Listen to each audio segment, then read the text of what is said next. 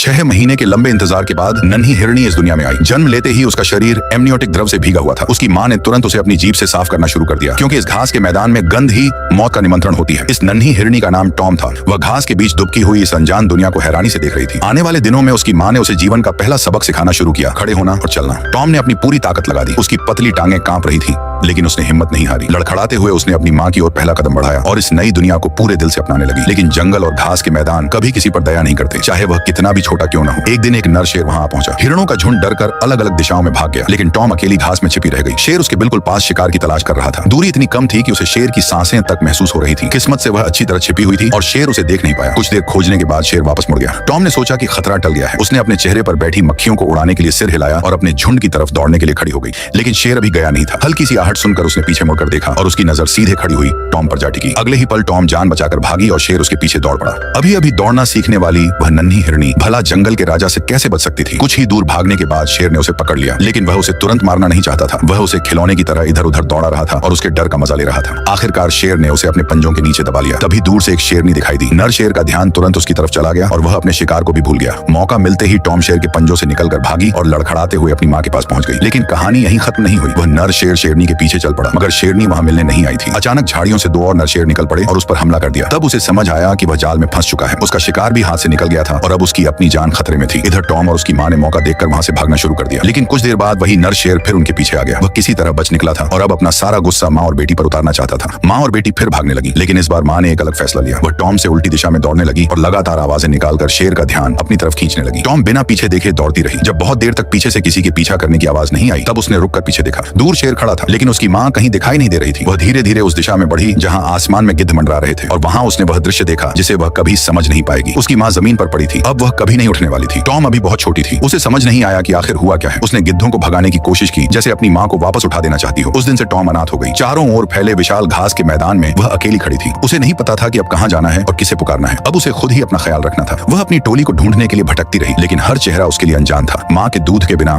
भूख और प्यास उसे कमजोर करती जा रही थी। आखिरकार एक दिन वह थककर जमीन पर गिर पड़ी। लेकिन कभी कभी किस्मत उन जिंदगियों पर भी मेहरबान हो जाती है जो अकेली होकर भी हार नहीं मानती। धुंधली आंखों से उसने पीछे देखा। वहां उसके झुंड के सदस्य खड़े थे। टॉम ने अपनी बची हुई ताकत जुटाई, खुद को संभाला और धीरे धीरे उनके पीछे चलने लगी। अब उसकी मां उसके साथ नहीं थी, लेकिन उसका परिवार अभी भी उसके साथ था। घास के मैदान की हवाएं जैसे उसकी मां की आखिरी फुसफुसाहट लेकर आई। जिंदा रहना और आगे बढ़ते रहना। ऐसी ही रोमांचक वीडियो के लिए चैनल को सब्सक्राइब करें और लाइक करना न भूलें।